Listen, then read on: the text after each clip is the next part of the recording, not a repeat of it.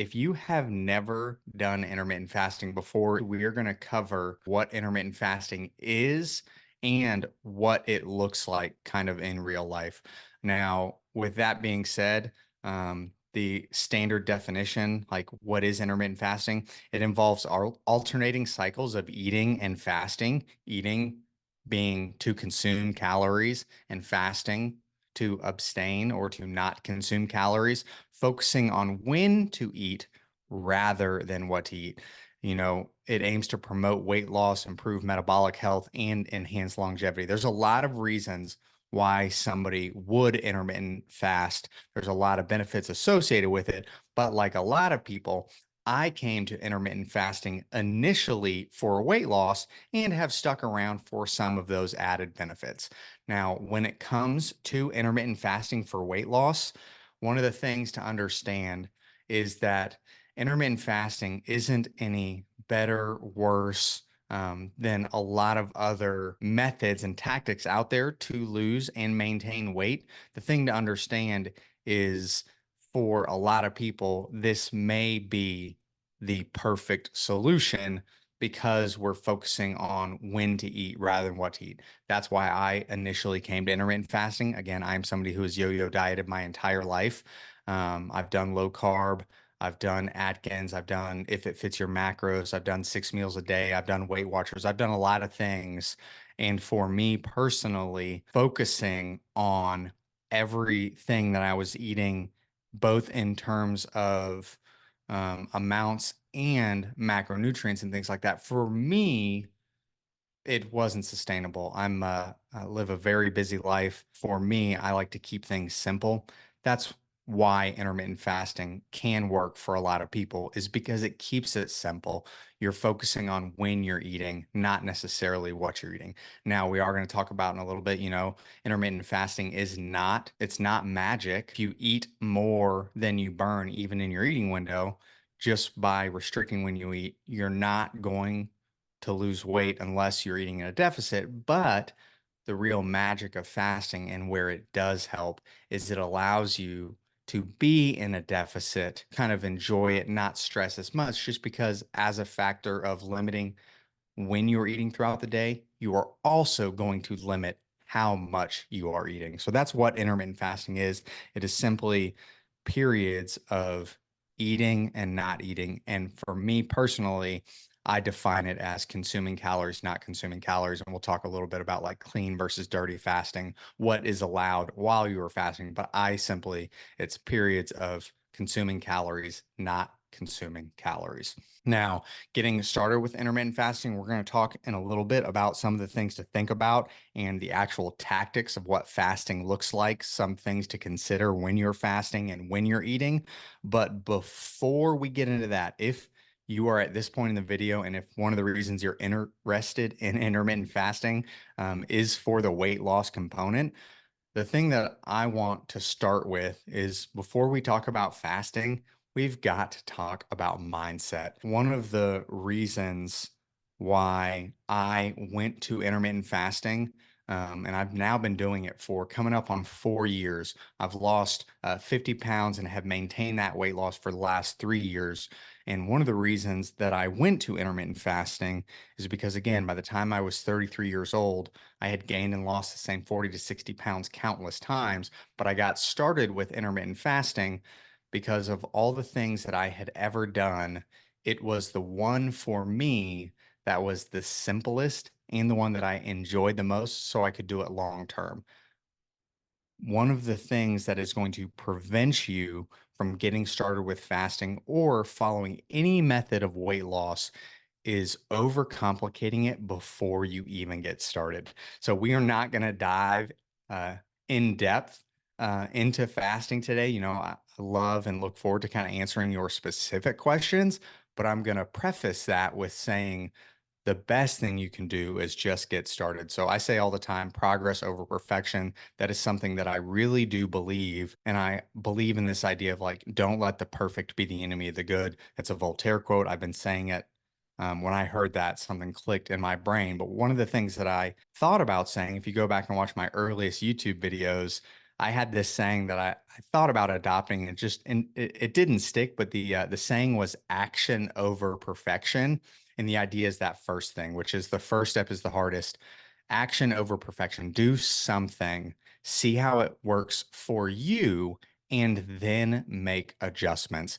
Because if you spend all day thinking and researching intermittent fasting and what is the best method and should I do this or should I do that or what happens if I do this, what happens if I don't do that, if you spend so much time thinking about like the perfect way to do it, you're never going to figure out what works for you. So take the first step, no matter how small it may seem. And that first step is that I'm going to recommend is you just start with the fasting itself. Now, a little disclaimer again, I'm not a doctor, I'm not a medical professional. I have found something that has worked for me. I'll share my experience. There are a few groups of people that intermittent fasting is not recommended for. Some of those people are children or people that have not yet fully matured. So I don't want to put an age on it, but like 18 to 20. If you haven't yet fully matured, fasting can affect your hormones in some ways. So it's not recommended if you're not yet fully matured. And it's also not recommended for pregnant and nursing mothers. Just because again, it does affect those hormones. That is some of the groups that it's maybe not recommended for. So the first step is just start with the fasting itself, and we'll talk about that in a little bit. The other one is mindset over mechanics, right? The right mindset is more crucial than the perfect diet or exercise plan at the start. That ties right into you just have to get started. Now, what I mean with that, what is the right mindset? The mindset should be the mindset that I had and the mindset that I recommend is if you are somebody that has struggled with your weight for a long period of time, we have to acknowledge that we want to try something different. And the thing that is different and that I'm going to recommend is you make those small, consistent changes for a long period of time. I was 33 when I got started. I'm 37 right now. I still consider myself very young. And if you've been watching me for any period of time, you can watch any two videos back to back or any video from week to week, and you're like, he's not doing anything different. Like, this looks exactly the same to me. That's because I was very intentional when it comes to mindset about I'm going to get healthy for the rest of my life. I was 33 when I started. I'm 37 now. I want to make it to, I'm calling it 85, barring any accidents, knock on wood. My father passed away at 58. Both of my grandfathers, neither of them made it to 62. I'm eyeing 85. So what does that mean? It means I've got 50 years left. And if I'm going to live for the next 50 years, I don't want to completely try to overhaul my life in the next 2 to 3 weeks or 2 to 3 months and expect those changes to last for the next 50 years. So when it comes to mindset, I'm going to challenge you to think about, hey, I'm going to make these changes and I'm going to do them in such a way that once I implement the change, I don't go back. It means you're going to implement less. But if you take the next 3 years to get healthy, then you're going to live another 50, right? So that's where the right mindset is more crucial than the perfect diet or exercise plan. There are going to be things that you try that don't work. There are going to be things that work well, but approach it from the mindset of if I try something and it doesn't work, it doesn't mean I'm a failure. It doesn't mean it's not going to work. I have time to continue figuring it out. And as long as I'm trying something and moving forward, that is eventually going to get me to my goal. The other one, consistency is key. The power of small, consistent action over time. It's going to compound to significant change. That's where, I read a book, Atomic Habits. It absolutely shaped my weight loss journey and my approach to building habits. And it's this idea of small changes compounded over time. That's really where you're going to win. That's another one of the reasons that I make these videos is when I'm 45 years old and I'm in really good shape, people are going to say, how did you do that? And I'm going to have 10 years of videos to say, go back and look. I never did anything extreme. I was just consistent year after year. Don't underestimate the value of making small changes. One of the things that I like to talk about, and I did this experiment with some of my coaching clients, was I love eating Fritos in my chili. It's something I really enjoy. Tastes really good. Has a good mouthfeel to it. The contrast of the Fritos and the chili, it's great. I love Fritos in my chili. To think that I'm going to live the next 50 years without Fritos in my chili, unrealistic. It's not going to happen, right? If I were to try to make that, I'm going to call that an extreme change, right? I'm going to give up something that I do enjoy for the rest of my life. That I would call extreme. Now, what I have actually done in practice is if I have chili 3 times, at least one of them I'm going to have Fritos with it. Sometimes it's more like a 50-50. But if I just reduced the amount of Fritos that I have in my chili half of the time, I'm going to go through this experiment with you right now. I've got my calculator out. In our house, we eat chili at least 5 weeks out of the year. 10% of the time we're having chili. And if we're having chili in a week, we are having it at least 3 times in that week because we're going to make a lot and we're going to eat leftovers. So in any given year, I'm eating chili 15 times. I'm going to eat chili in a year. It's probably way more than that. If I take half of that number, so 7.5 of those times, if I save what is probably 400 calories of Fritos because I'm probably eating 2.5 servings over the course of the year, that's going to be a pound of fat that I could either potentially lose or potentially not gain just by reducing chili, Fritos with my chili half of the time. If I can do it 2/3, now I'm looking at a pound and a half. That's just one single food source, but making that small change compounded over a long time horizon. If I do that for 10 years, now we're talking 10 pounds. That's either if I'm running in a deficit, that's 10 pounds of fat that I could lose, or a potential of 10 pounds of fat that I'm not going to gain because over the course of years, I've reduced those calories. If I were to say reduce some things that you like by 10%, that does not sound like a lot because it's not going to get you to your goal next month or the month after. But if you go back to committing to making change for the rest of your life, those small changes done for the rest of your life are really going to make a difference. And then finally, adapting your journey. So expect and embrace adjustments along the way as part of the process. Going back to what I said at the beginning, intermittent fasting is not necessarily the right answer for everybody. And one of the things that they don't tell you, the Instagram influencers and people that follow any specific diets, now whether that be keto or veganism or Atkins or low carb, or if it fits your macros, the people that adopt those and sustain and remain lean year round, behind the scenes, it's they are really successful at that because they have found the thing that works for them. So my encouragement to you is know that you are going to make changes over time because you need to find what works for you. So for me, intermittent fasting, changing my eating hours and focusing on not overeating in volume, not I still don't overly focus on macros or micronutrients for that matter. And for me, that works and is sustainable, and I make adjustments over time. Now, with all that being said, what does starting with intermittent fasting actually look like? So, all of that up to this point, we've kind of been talking about mindset. Now, we're going to talk about like some of the actual tactics to get started with intermittent fasting. Now, the first one is you have to understand your eating habits before you begin. You've got to look at what you're doing currently and see, is this something that could work for you? I'm going to talk specifically about the 16/8 because I know everybody is in a different situation, but this is for most people that get started with intermittent fasting. 16/8 is where I recommend we start. And then over time, you can find what works for you. So, what does that look like? For example's sake, we're going to say you stop eating at 8 p.m. and start eating again at noon. So before you can look and see if intermittent fasting is going to work for you, you got to look and see, okay, is it realistic? Could I make that adjustment to adjust my meal times within an 8 hour window?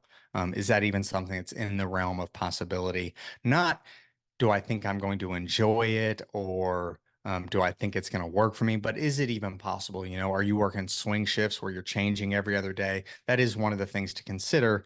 And looking at how often you eat now and whether or not if you reduce the frequency of your meals, are you going to be able to support that? Meaning, you know, if you go to work and you have a set lunch hour, are you going to be able to adjust your schedule enough to fit in a fasting window? So that's one of the things. After that is you choose your fasting methods, and there are different methods. There is the 16/8, that's where you fast every day for 16 hours. and eat for 8 hours. There's also the 5-2 method. That's where you eat regularly 5 days out of the week, and then you have 2 days out of the week where you go very low in your calories. Recommend like between 5 and 600. So you're looking at a single meal, not over around 5 to 600 calories. There's also the 24 method. There's a lot of different methods. And again, my recommendation, you start with the 16-8, see how that fits into your life, and then make adjustments from there. And then that goes into the next part is you start slow and steady, ease into it, and then gradually adjust your window. Now, one of the questions I get all the time is, when do I need to go to one meal a day, or when do I need to extend my fast? That varies based off of how much weight you have to lose, what your activity level looks like. For me personally, when I was losing weight, so I went from about 270, lost 50, 60 pounds. I lost 60. I'm kind of settled a little up from there. But when I was losing my weight, I did mostly 16 and 18-hour fasts. As I got closer to my goal weight is when I started to introduce one meal a day, because again, the way that I use intermittent fasting as a tool is to restrict my total number of calories. Intermittent fasting works best if you eat within that eating window, and those meals that you would typically have outside of that eating window. So in our example of noon to 8 p.m., if you don't eat breakfast, you don't eat a morning snack, and you skip out on nighttime snacks, you don't move that food into the 8 hour window. You just cut out that food. You keep lunch the same. If you had snacks, you keep that the same. A pre-dinner snack, dinner, and an after dinner snack, like within that same 8 hour window, you keep those the same. And then you just reduce those calories outside the window. That's why it works for me. So as I got closer to my goal weight, I needed to continue to reduce. So the way that I choose to do that is about 3 days a week, I'll eat one meal a day, and I will average anywhere 1,800 to 2,200 calories, kind of depending within that one meal. Because for me, about 2,400 calories is my maintenance calorie number. So if I do one meal a day, 3 days a week, on those days I'm running a deficit, so that on other days I can maybe eat a little more. I can afford a piece of key lime pie, things like that. All that to say, start with the 16-8 method and then make adjustments as you are either progress is slowing down or you find something that fits your life a little better. And then finally, consistency is key when it comes to fasting. Just stick to your schedule and maintain, like, don't make a lot of adjustments to your diet. Just start with the fasting, and then over time, then start to make those adjustments with nutrition. And that goes back to building one habit at a time. I recommend everybody start with just the fasting and the fasting alone. Build that habit over the first 2 to 3 weeks, because there is an adjustment period. Typically, when you start intermittent fasting, if you have not started and you are watching this, I'm super excited for you to start today. Start today at 8 p.m. Don't eat again until noon. But what I will say is the first day or two, you're going to do good just because you kind of have that adrenaline of starting something new. I think we can all kind of know what that feels like, is starting a new program. You're super excited. But typically by about days 5 through 10, the excitement wears off and the reality hits in, like, what did I get myself into? You do have a little bit of hunger that goes on in those first few weeks. If you are typically eating breakfast, that's because one of the reasons that we have hunger is not only our body's requirement for fuel, but our body releases a hormone called ghrelin. Ghrelin gets released in waves. It's not consistently increased. It doesn't increase its release. You get hunger and hunger and hunger and hunger until you eat. And it comes in waves, but one of the times that your body typically releases ghrelin is around your regular meal times. By about the 3 week mark with intermittent fasting, your body will adjust to your new meal times. So your body will typically not release as much ghrelin in the morning. So by about the 3 week mark, you should be able to fast 16 hours and not even be hungry in the morning. That's that adaptation phase, which is the other reason why I recommend you only fast for 16 hours when you get started. Don't be worried about walking 10,000 steps, drinking a gallon of water, getting in a new exercise routine, completely overhauling your nutrition. You're focusing on too many things. That goes back to, we have limited willpower. So just focus on that one thing. So Stop eating at 8 p.m., start eating again at noon. Now, what can you have during your fasting time? As long as you stay 0 calorie, that is where I would recommend you start. If you want to have a diet soda, if you're having a diet energy drink, if you're doing, I call it a splash of cream in your coffee, anything less than about 25, 30 calories, just one of those, not three of those. That's where you need to focus on. You need to drink plenty of fluids. You need to be hydrated. Um, but that's all you do. That is the very basic how to get started. Now, a lot of what we've covered is on that mindset side of things. There's not a lot of technical, and I did that for a reason because my challenge is just do that. Stop eating at 8 p.m., start eating again at noon. Again, feel free to change it based off of your actual schedule, but just find that 8 hour window that you can eat and do that for about a month before you start to make your next change. And that next change, now we're going to start to look at incorporating exercise. We may look at making some adjustments to our nutrition. So that is the simplest way, my recommendation on how to get started with intermittent fasting. If you have any questions, please feel free to let me know, reach out. You can reach me, send me an email to ifwithryan@gmail.com and just put progress over perfection in the subject line. Again, if you have any questions, feel free to reach out. And if you just want a little bit of tips, motivation, and weight loss advice sent right to your inbox, go ahead and sign up for my email newsletter. You can sign up there at emailswithryan.com. Again, just go to emailswithryan.com and you will be signed up for my email newsletter where I deliver motivation, inspiration, some thoughts, tips, strategies right to your inbox. And if you like this video and want to watch some more, I'm going to leave some more on the screen here now. Be sure to check those out. And remember, we are not looking to lose weight fast. We are looking to lose weight forever. Thanks again, and I will catch you in the next video.